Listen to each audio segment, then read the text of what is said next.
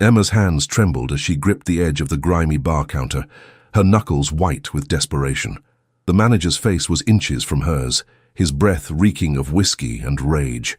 "Please stop," she whispered, tears streaming down her cheeks, but her voice was lost in the chaos of the crowded downtown bar. His hand rose again and she flinched, closing her eyes against what was coming. But the blow never landed. The entire bar fell silent. The kind of silence that only comes when death walks into a room. Emma's eyes flew open. The manager had frozen mid-motion, his face drained of all color, staring at something, someone behind her. She felt the presence before she saw him. A wall of controlled violence, expensive cologne mixing with the scent of leather and power. "Touch her," a voice like gravel and silk commanded from behind her back, "and you won't have hands to regret it with." Emma's heart stopped. She knew that voice. Everyone in the city knew that voice, even if they'd never heard it in person. Adrian Russo, the name whispered in fear across every borough, the man who controlled everything from the docks to City Hall, and he was standing directly behind her. This is just the beginning of Emma's story, and what happens next will change her life forever. If you want to discover how she ended up in this moment, and what Adrian Russo does next, subscribe to the channel and leave a comment telling us where you're watching from. Every view helps bring more stories like this to life. 24 hours earlier, Emma Carter's biggest worry had been making rent. She rushed through the narrow streets of Brooklyn, her worn sneakers splashing through puddles left by the morning rain.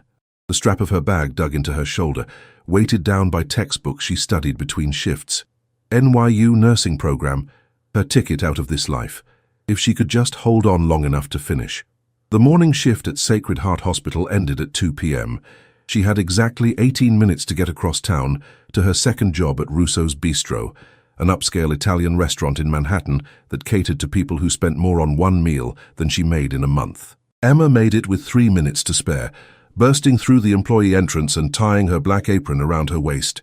Her fingers worked automatically, muscle memory from 2 years of serving entitled customers who never looked twice at the girl bringing their food. "Table 7 now," barked Christine, the floor manager, not bothering with pleasantries. "VIP section." Emma's stomach tightened. VIP section meant high-pressure tables, businessmen, politicians, people who could get her fired for the smallest mistake. She grabbed her order pad and pushed through the heavy velvet curtain that separated the common dining area from the exclusive section. The atmosphere changed instantly. Quieter, more refined. The lighting was dimmer, more intimate. Every table was occupied by men in suits that cost more than her car, if she had a car. Table 7 sat in the back corner, the most private spot in the restaurant. 6 men occupied it, all of them radiating the kind of confidence that came with power and money, but Emma's eyes were drawn to the man at the head of the table like a magnet, Adrian Russo. She'd seen his picture in newspapers, always in the society pages rather than the crime section. His lawyers were too good for that, but photographs didn't capture the reality of him. Late 30s, with dark hair that was just slightly too long to be completely proper, a jawline that could cut glass, and eyes so dark they appeared black in the restaurant's low lighting. A precisely trimmed beard framed his face, and she could see the edge of an intricate tattoo crawling up his neck, disappearing beneath his white collar. He wore his wealth like a weapon. The suit was Italian, probably custom-made. His watch caught the light, Patek Philippe, if she had to guess. Everything about him screamed danger wrapped in sophistication. Emma approached the table on legs that suddenly felt unsteady. "Good evening, gentlemen. I'm Emma, and I'll be taking care of you tonight. Can I start you off with drinks?" 5 of the men barely glanced at her, already discussing something in low voices. But Adrian Russo looked up, and the full force of his attention hit her like a physical thing. His eyes swept over her face, and for a moment, just a moment, something flickered in their depths. Recognition, curiosity. It was gone before she could identify it. "Brunello di Montalcino," he said, his voice smooth and commanding. "The 2015. Bring the bottle." Emma scribbled the order, grateful her hand didn't shake. "Of course. And for the rest of the gentlemen?" As she took the remaining orders, she became acutely aware that Adrian's gaze never left her. It wasn't predatory or uncomfortable. It was something else, something that made her skin tingle and her heart race in a way she absolutely could not afford. She escaped to the wine cellar, pressing her back against the cool stone wall and taking deep breaths. "Get it together, Emma. He's just another customer. A dangerous, powerful, devastatingly handsome customer who could probably have you disappeared without a trace." The thought should have frightened her. Instead, it sent an unwanted thrill down her spine. Emma retrieved the wine, a bottle that cost $800 she noted with dismay, and returned to table 7. She presented it to Adrian with the practiced grace she'd perfected over countless shifts. "Excellent choice, sir." His lips curved into something that might have been a smile. "I doubt you can tell a $800 bottle from an $80 one." It wasn't said cruelly, just matter of fact, and he was right. She couldn't. But something in his tone, the casual dismissal of her knowledge, sparked an ember of defiance she usually kept carefully buried. "You're right," she said, meeting his eyes directly for the first time. "I can't afford to learn the difference, but I can tell you that Brunello di Montalcino comes from the Sangiovese grape, grown exclusively in the hills surrounding Montalcino in Tuscany. The 2015 was an exceptional vintage year. Warm summer, perfect harvest conditions. It should have notes of cherry, leather, and tobacco." The entire table fell silent. Adrian's eyes widened almost imperceptibly, and something dangerous and intrigued sparked in their depths. "Where," he said slowly, "did a waitress from Brooklyn learn about Italian wine?" Emma's defiance crumbled, replaced by panic. She'd overstepped, drawn attention, broken the first rule of surviving in this world: never stand out. I study," she stammered. "Online, during breaks." "I'm sorry if I—" "Don't apologize." Adrian cut her off, his voice sharp but not unkind. "Open it." Her hands only shook slightly as she uncorked the bottle and poured a small amount into his glass. He swirled it, inhaled, sipped. His eyes never left her face. "Perfect," he pronounced. "Pour for everyone." Emma completed the task in silence, aware of every eye at the table now watching her with new interest. When she finished, Adrian spoke again. "What's your name?" "Emma, sir. Emma Carter." "Emma?" He tested her name on his tongue like he was tasting another expensive wine. "Bring us the tasting menu, all courses." "And Emma?"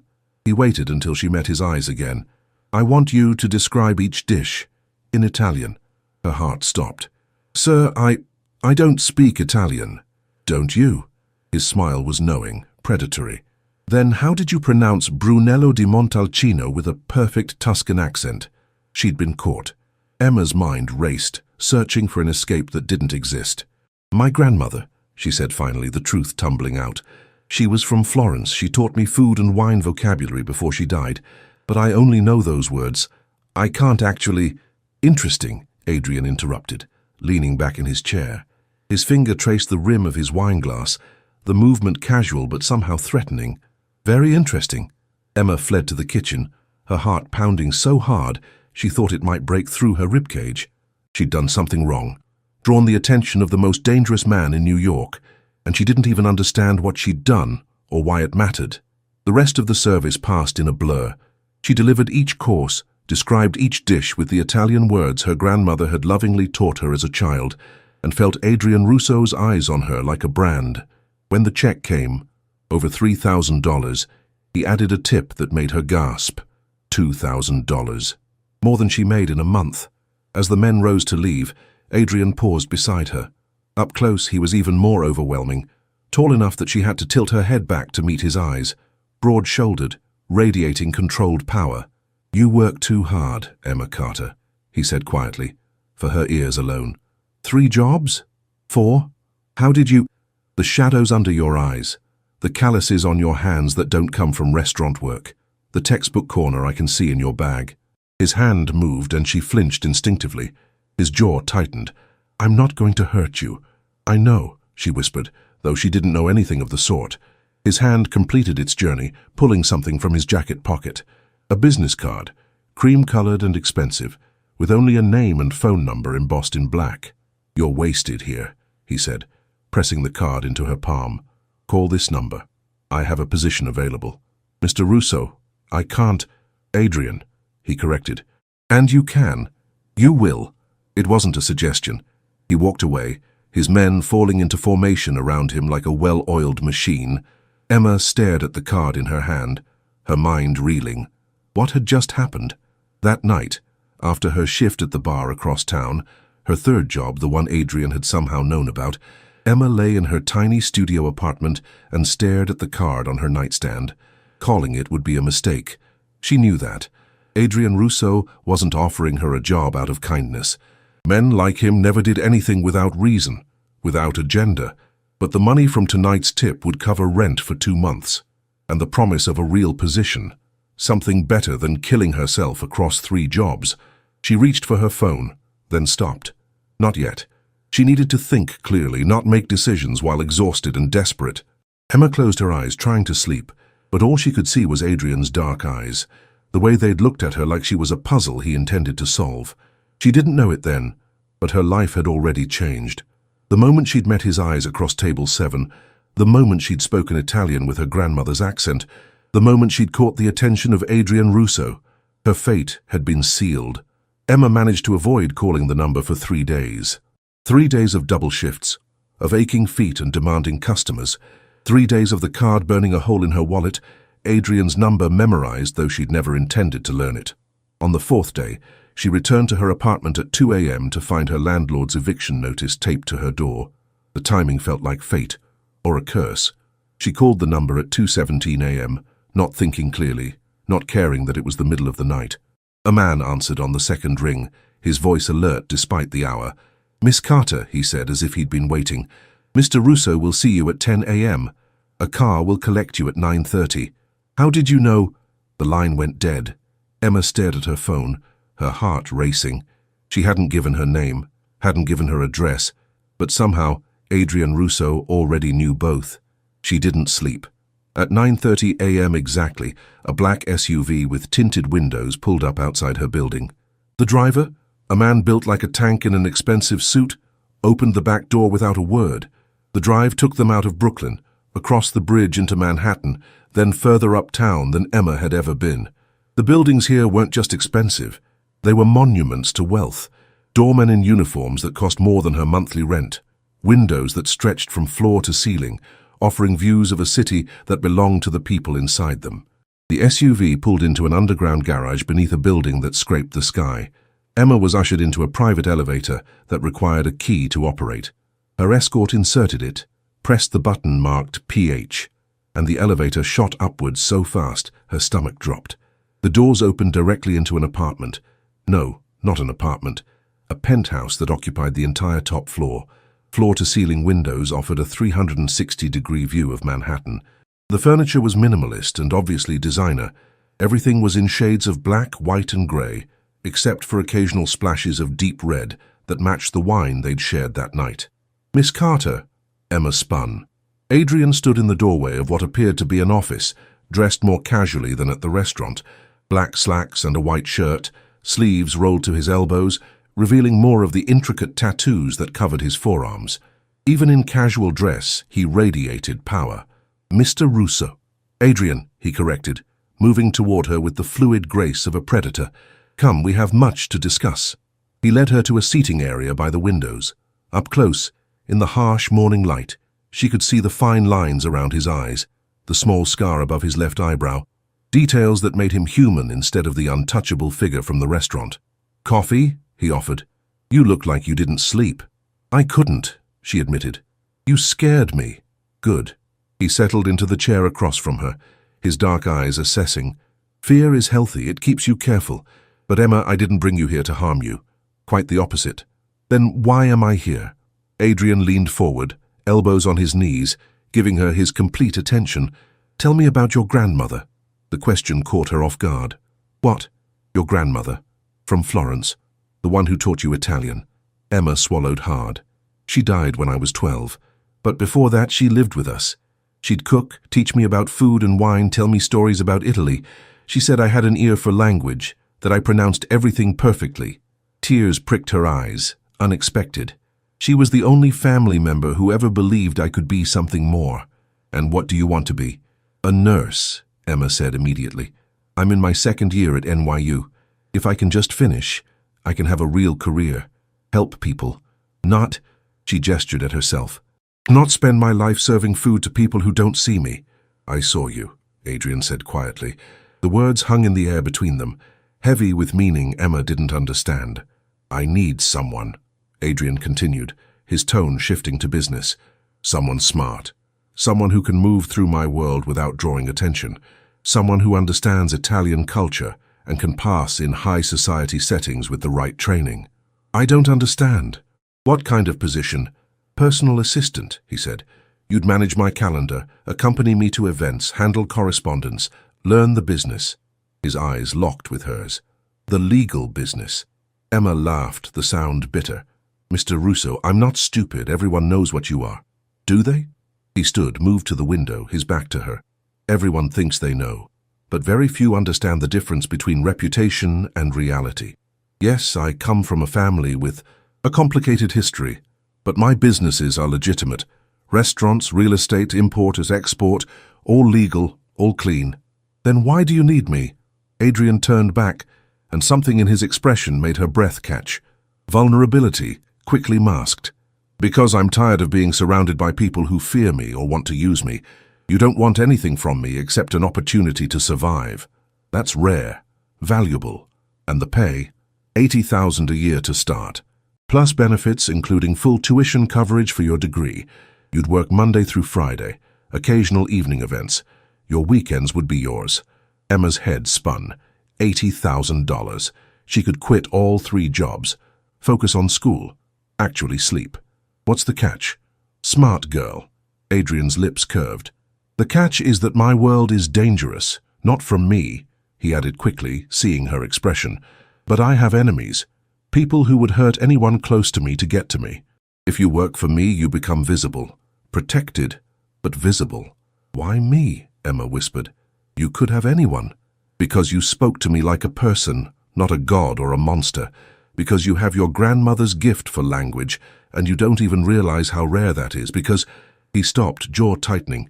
Because I looked into your eyes at that restaurant and saw someone fighting as hard to survive as I once did. Someone who deserves better. The honesty in his voice stole her breath. This close, she could see the man beneath the reputation. Lonely, burdened, human. I'll need to think about it, Emma said, though her mind was already made up. No, you won't. Adrian pulled out his phone, typed something. Seconds later, Emma's phone buzzed. That's a deposit. First month's salary. Consider it a signing bonus. You start Monday. Emma looked at her phone and nearly dropped it. $80,000. Sitting in her account. Real. Actually real. I could take this and run, she pointed out. You could, Adrian agreed, but you won't, because you're not that kind of person, and because you're curious. About this world. About me. He stepped closer, and she caught his scent. Expensive cologne undercut with something darker, more primal. Aren't you, Emma? Yes, she whispered, unable to lie. Good. He extended his hand. Then we have a deal. Emma placed her hand in his, and the moment their skin touched, electricity shot through her. His fingers were warm, strong, slightly calloused. He held her hand a moment longer than necessary, his thumb brushing across her knuckles in a gesture that felt almost tender. Marco will take you home, Adrian said, his voice rougher than before. Be ready Monday at 8 a.m. Dress professionally. We have a lot of work to do. Emma nodded, not trusting her voice. As she turned to leave, Adrian called her name. Emma, one more thing. He waited until she faced him again. The eviction notice. It's been handled. You won't be bothered again. How did you... I know everything about you. His expression was unreadable. Every job, every debt, every fear. That's how I protect what's mine. And as of this moment, you're mine to protect. The possessive words should have frightened her. Instead, for the first time in years, Emma felt safe. The ride home passed in a daze. When she entered her apartment, she found the eviction notice gone, replaced by a new lease agreement with rent, reduced to half what she'd been paying. A note in bold handwriting simply read, Focus on school. AR. Emma sank onto her threadbare couch and stared at her phone, at the number that had changed everything. She'd crossed a line today, stepped into a world she didn't understand, made a deal with a man more dangerous than she could imagine. But when she closed her eyes, all she could see was the loneliness in Adrian's dark eyes, the way his hand had trembled almost imperceptibly when he touched hers. What have I gotten myself into, she wondered. She'd find out soon enough. Monday was only 2 days away. Monday morning arrived too fast and too slow all at once. Emma stood in front of her closet, staring at the limited options. Dress professionally, Adrian had said. Her most professional outfit was a black pencil skirt with a small tier she'd carefully stitched, and a white blouse she'd bleached 3 times to keep crisp. It would have to do. At 7:45 a.m., her phone buzzed. Not the SUV driver, Adrian himself. "There's a package at your door. Open it." Emma opened her door to find 3 large boxes from Saks Fifth Avenue. Inside was a complete professional wardrobe. Tailored blouses, perfectly fitted slacks, 2 designer dresses and shoes that probably cost more than her monthly grocery budget. Everything in her exact size. Her phone buzzed again. "I know everything, remember? Including your size. Wear the navy Armani suit." Emma should have been offended by the presumption. Instead, she found herself smiling as she slipped into the most expensive clothes she'd ever worn. They fit perfectly, making her look like she belonged in Adrian's world. The SUV arrived at exactly 8 a.m. This time Marco, the driver, actually spoke. "Mr. Russo wants you to know he appreciates punctuality. You'll do well with him, Miss Carter. How long have you worked for him?" 15 years, Marco said, his eyes meeting hers in the rearview mirror. "Since he was barely older than you.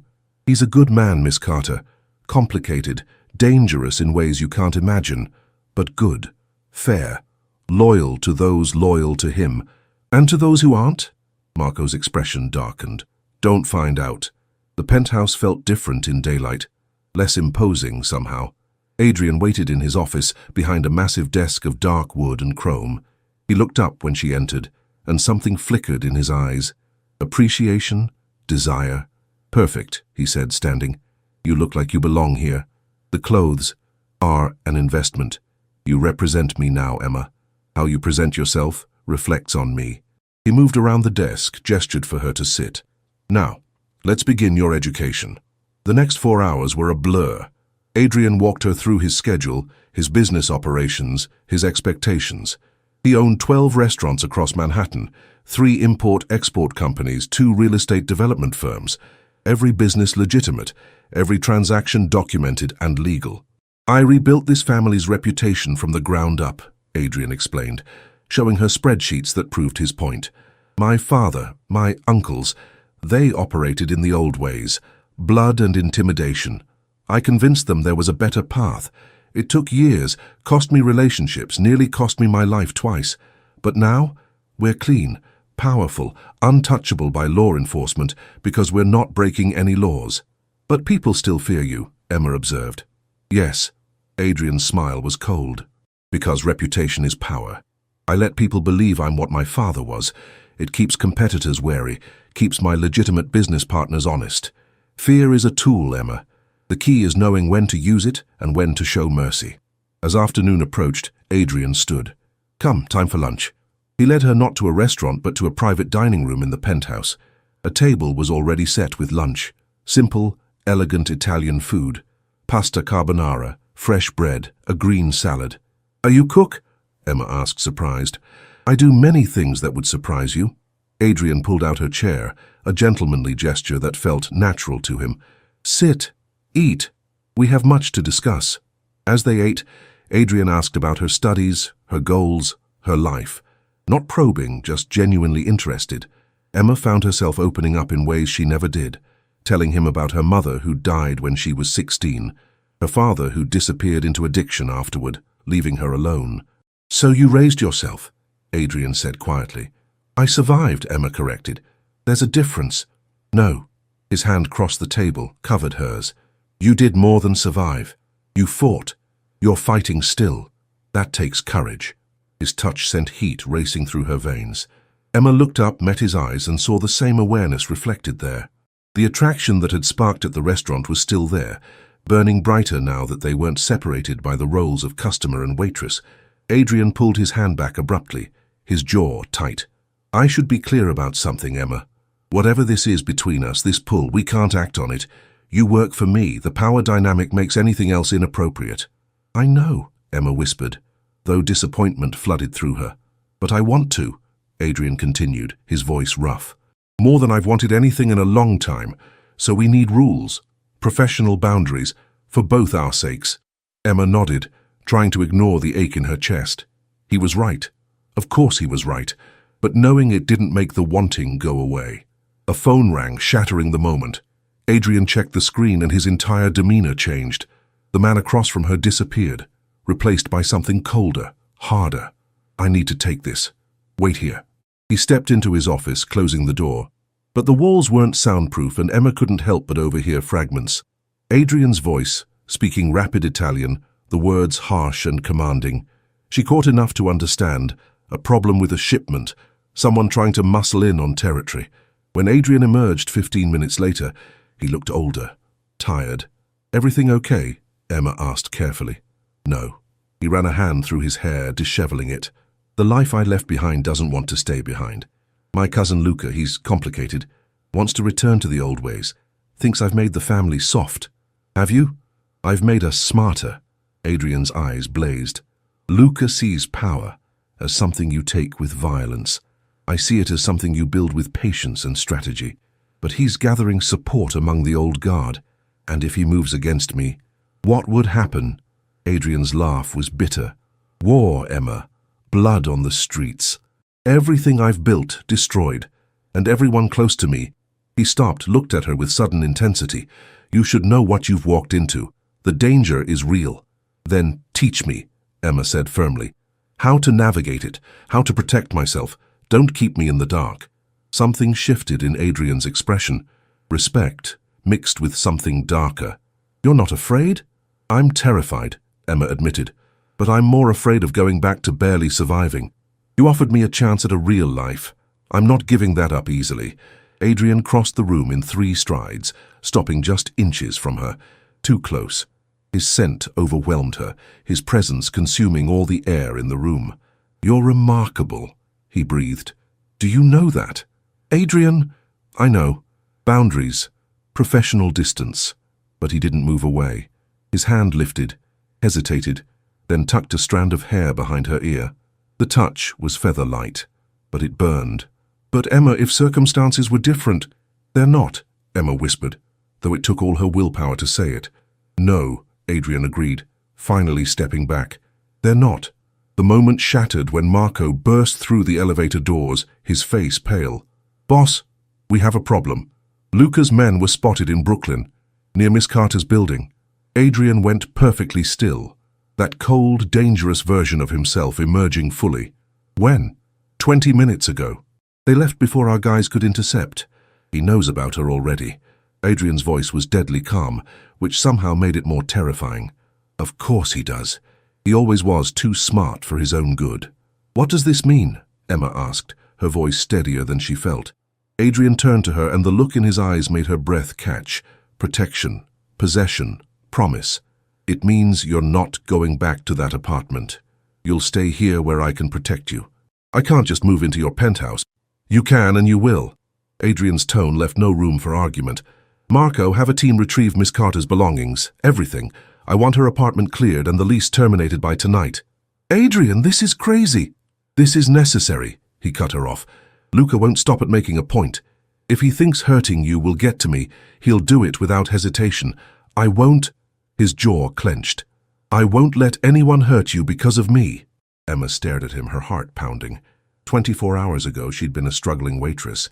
Now she was caught in the middle of a Mafia power struggle, protected by a man who looked at her like she was something precious and terrifying all at once. Okay, she said finally. But Adrian, I need you to promise me something. Anything. Don't lie to me. Don't hide the danger. If I'm in this, I'm in it with eyes open. Adrian's expression softened. Deal. He extended his hand, and when she took it, he pulled her close, his forehead resting briefly against hers. I promise I'll keep you safe, Emma Carter, even if it costs me everything. As Marco left to follow orders, Emma and Adrian stood in the waning afternoon light, hands clasped, the city sprawling below them. Neither spoke about the line they'd just crossed, not physically but emotionally. In that moment, they'd admitted what they both knew. This was no longer just about a job. This was something far more dangerous than any Mafia war. This was 2 lonely people finding each other in the darkness and refusing to let go. Emma's belongings looked pitiful arranged in the guest room of Adrian's penthouse. 2 suitcases, 3 boxes of books, a handful of photos. Her entire life fit into 100 square feet of space that was probably worth more than she'd earn in 5 years. "It's temporary," Adrian said from the doorway, reading her expression. "Just until the situation with Luca is resolved." But they both knew it was a lie. Whatever was happening between them, this magnetic pull that grew stronger every hour they spent together, wasn't temporary. It was inevitable. The first week passed in a carefully maintained dance of professional distance. Adrian taught her his business. She learned quickly how to read contracts, manage his schedule, anticipate needs before he voiced them. They were good together, their minds working in sync in a way that surprised them both. But the nights were harder. Emma would lie in her guest room, separated from Adrian's master suite by a hallway that felt both too long and too short. She'd hear him pacing sometimes late at night, his voice low as he conducted business in Italian. Other times, she'd wake to find him in the kitchen at 3 a.m., unable to sleep, making coffee he wouldn't drink. "Nightmares?" she asked one night, joining him by the windows. "Memories," Adrian corrected.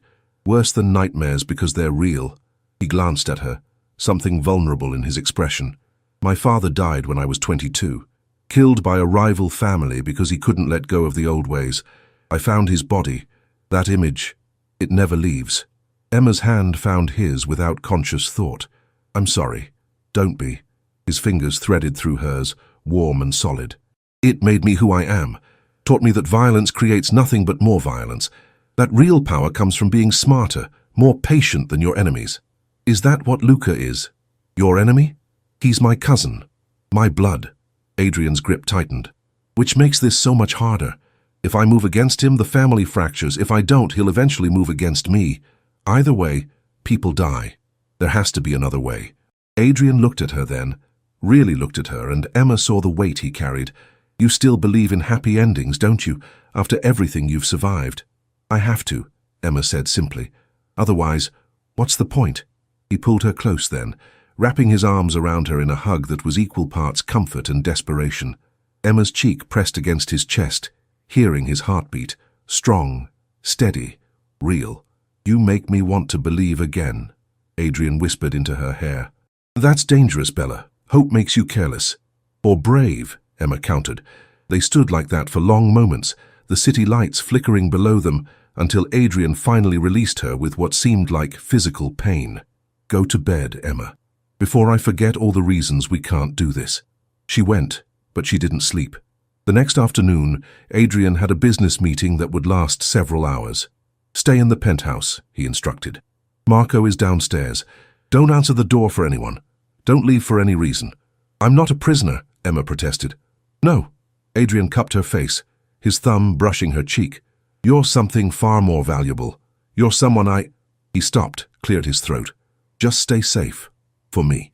Emma nodded, ignoring the flutter in her chest at his touch, his words, his obvious concern. 2 hours later, the elevator dinged. Emma looked up from her laptop, expecting Adrian. Instead, a man she'd never seen before stepped out, tall, dark-haired, handsome in a sharp-edged way that reminded her of broken glass. "You must be Emma," he said, his Italian accent thick. "I'm Luca, Adrian's cousin." Every warning bell in Emma's head started screaming. "He's not here." "I know," Luca smiled, and it was nothing like Adrian's smile. This one was all predator, no humanity. "I came to see you. The woman who has my cousin so distracted. You need to leave." "Do I?" Luca moved further into the penthouse, examining it like he owned it. "This used to be my uncle's place, family property, but Adrian took it, just like he's taken everything else." Emma backed toward the kitchen, where she knew Adrian kept a panic button. "Your family's internal politics aren't my business." "No, but you've become Adrian's business. His weakness." Luca's eyes were cold, calculating. "Did he tell you about the old ways? How we used to handle threats?" "Stop." Emma's hand found the counter, inched toward the button. "Whatever point you're making, I'm not part of this. But you are, Cara. The moment my cousin looked at you, you became part of this. And now—" Luca pulled a gun from his jacket, not pointing it at her, just holding it casually. "Now your leverage." Emma's finger found the panic button and pressed. Hard. Luca's smile widened. "Oh, I know what you just did. Adrian's men will be here in 3 minutes, but I only need one." He raised the gun. The window behind Luca exploded inward. Adrian came through it like an avenging angel, his body slamming into Luca with the force of a freight train. They hit the floor hard, the gun skittering across the marble. Emma screamed, running for it, but Marco appeared from the elevator, grabbing her, pulling her back. "Don't look, Miss Carter, don't look!" But she couldn't look away. Adrian was a force of nature. Every punch calculated to hurt, but not kill. Every movement controlled despite the rage blazing in his eyes. He had Luca pinned in seconds, his knee on his cousin's throat. "You came into my home," Adrian growled in Italian. "Threatened what's mine. Give me one reason I shouldn't end you right here." "Because I'm family," Luca choked out. "And you don't kill family. That's your weakness, cousin." "No." Adrian leaned close, his voice deadly quiet. "My strength is knowing exactly how far to push without crossing the line. But Emma, she's not part of this world. She's innocent. And if you ever come near her again, family or not, I will make you disappear so completely that even God won't find you." He released Luca, stood, straightened his jacket. 4 more men had arrived, guns drawn. Adrian gestured to his cousin. "Get him out of my sight, and send a message to the family council. Tomorrow night. Emergency meeting. This ends now." As Luca was dragged away, Adrian turned to Emma. His knuckles were bleeding, his shirt torn, but his eyes were clear, focused on her. "Emma!" She launched herself at him, throwing her arms around his neck, burying her face in his shoulder. She was shaking, couldn't stop shaking, and Adrian's arms came around her like steel bands. "I've got you," he murmured, one hand cradling her head. "I've got you. You're safe. I promise you're safe." "He was going to shoot me," Emma gasped. "He was going to—" "But he didn't." Adrian pulled back just enough to see her face, his hands framing it. "Because I'll always come for you, always, do you understand?"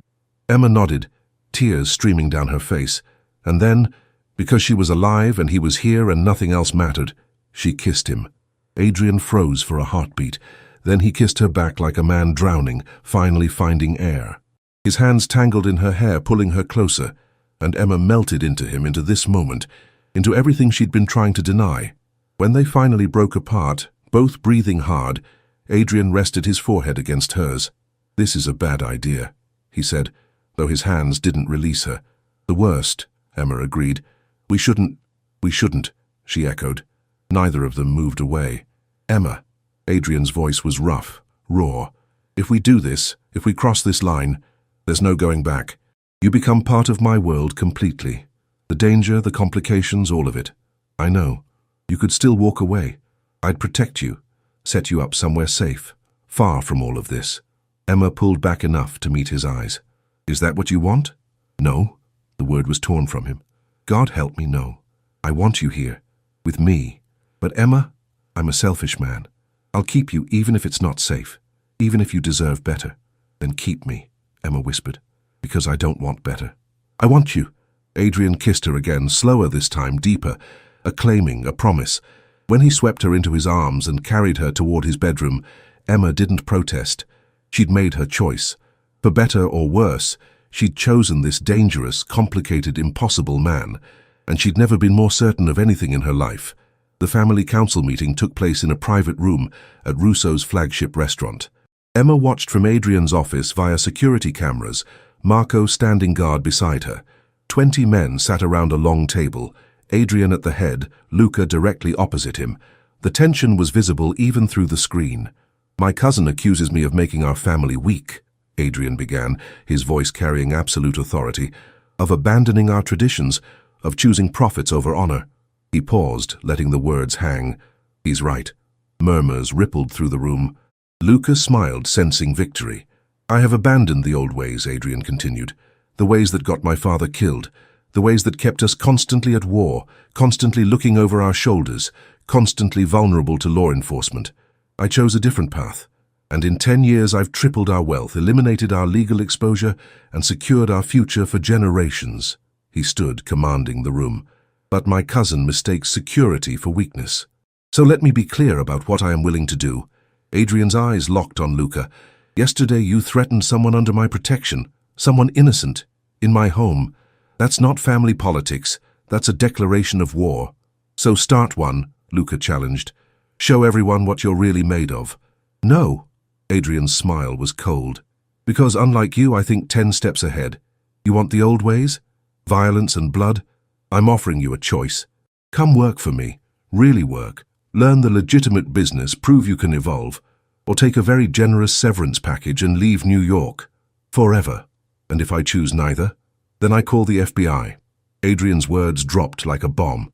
I have evidence of every illegal operation you've been running on the side. Drugs, weapons, trafficking, things I've explicitly forbidden, enough to put you away for 30 years. Luca's face went white. You wouldn't. Your family. You stopped being my family when you pulled a gun on an innocent woman. Adrian's voice was ice. I protect what's mine, Luca, always, and I eliminate threats. The only question is how you want this to end. The silence stretched. Then Luca stood, threw his napkin on the table. You've gone soft, Adrian. One day you'll regret it. Is that your answer? Luca looked around the table, reading the room. Every man there was watching Adrian with respect, even awe. Not one of them would back Luca's play. I'll take the severance, Luca said finally, defeated, but don't think this is over. It is, Adrian said quietly, because if you ever come back to New York, if you ever threaten anyone I care about again, I won't give you a choice. I'll destroy you completely. And unlike you, cousin, I have the resources to do it. Luca left without another word. The other family members congratulated Adrian on his handling of the situation, on his wisdom, on his strength. But Emma saw the truth on Adrian's face, the cost of choosing peace over blood, even when blood was what part of him wanted. When he returned to the penthouse hours later, Emma was waiting. She'd made dinner. Nothing fancy, just pasta the way his grandmother used to make it, according to recipes she'd found in his kitchen. Adrian stopped in the doorway, staring at the table she'd set, the candles she'd lit. You didn't have to. I wanted to, Emma said. Sit, eat. Let me take care of you for once. They ate in comfortable silence, the weight of the day settling between them. After dinner, they moved to the couch, Adrian pulling Emma against his side, her head on his shoulder. You handled it perfectly, Emma said. Gave him a way out with dignity. I gave him a way to save face while eliminating him as a threat. There's a difference. Adrian's hand stroked her hair absently. But you're right. It could have ended much worse. You protected your family, the legal business, and me. Always you, Adrian murmured. You've become the most important thing, Emma. That should terrify me. But it doesn't. It just makes everything else clear. Emma lifted her head, meeting his eyes. What do you mean? Adrian shifted, pulling something from his pocket. A small velvet box. Emma's breath caught. I know it's fast, Adrian said. I know we've barely known each other 2 weeks, but I've never been more certain of anything. He opened the box, revealing a ring, emerald-cut diamond, platinum band, absolutely stunning. Marry me, Emma. Not because you work for me. Not because I'm trying to keep you safe, but because I love you. Because in 14 days you've shown me what it means to truly live, not just survive. Tears streamed down Emma's face. Adrian, I know the complications. I know my world is dangerous. I know you deserve someone simpler, safer. But Emma, I'm a selfish man, and I'm asking anyway. Marry me. Let me spend the rest of my life protecting you, providing for you, loving you the way you deserve. Yes, Emma breathed. Yes, absolutely yes. Adrian slipped the ring onto her finger, then kissed her with a tenderness that made her heart ache. When they finally broke apart, both were crying. I love you, Emma whispered. I didn't think I could. It happened so fast. But Adrian, I love you completely. I've loved you since you pronounced Brunello di Montalcino with that perfect accent, Adrian admitted. Since you looked at me like I was just a man, not a monster or a god. You see me, Emma, the real me. That's rarer than you know. They made love that night with a tenderness that surprised them both. No urgency, no desperation. Just two people finding home in each other's arms. Afterward, as Emma traced the tattoos on Adrian's chest, he told her their meanings. His father's death date, his mother's name, the coordinates of the place he'd decided to change his life. And this? Emma touched a blank space over his heart. That's for you, Adrian said.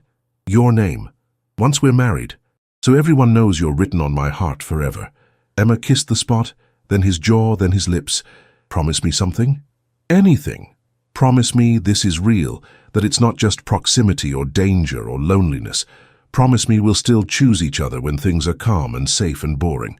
Adrian rolled them so he was above her, his eyes serious. "Emma Carter, I will choose you every day for the rest of my life, in danger and safety, in chaos and calm, in poverty and wealth. You're my person, my home, my everything. That's not going to change when things get boring, though with us I doubt they ever will." Emma laughed, pulling him down for another kiss. "Good, because you're stuck with me now, Adrian Russo, for better or worse."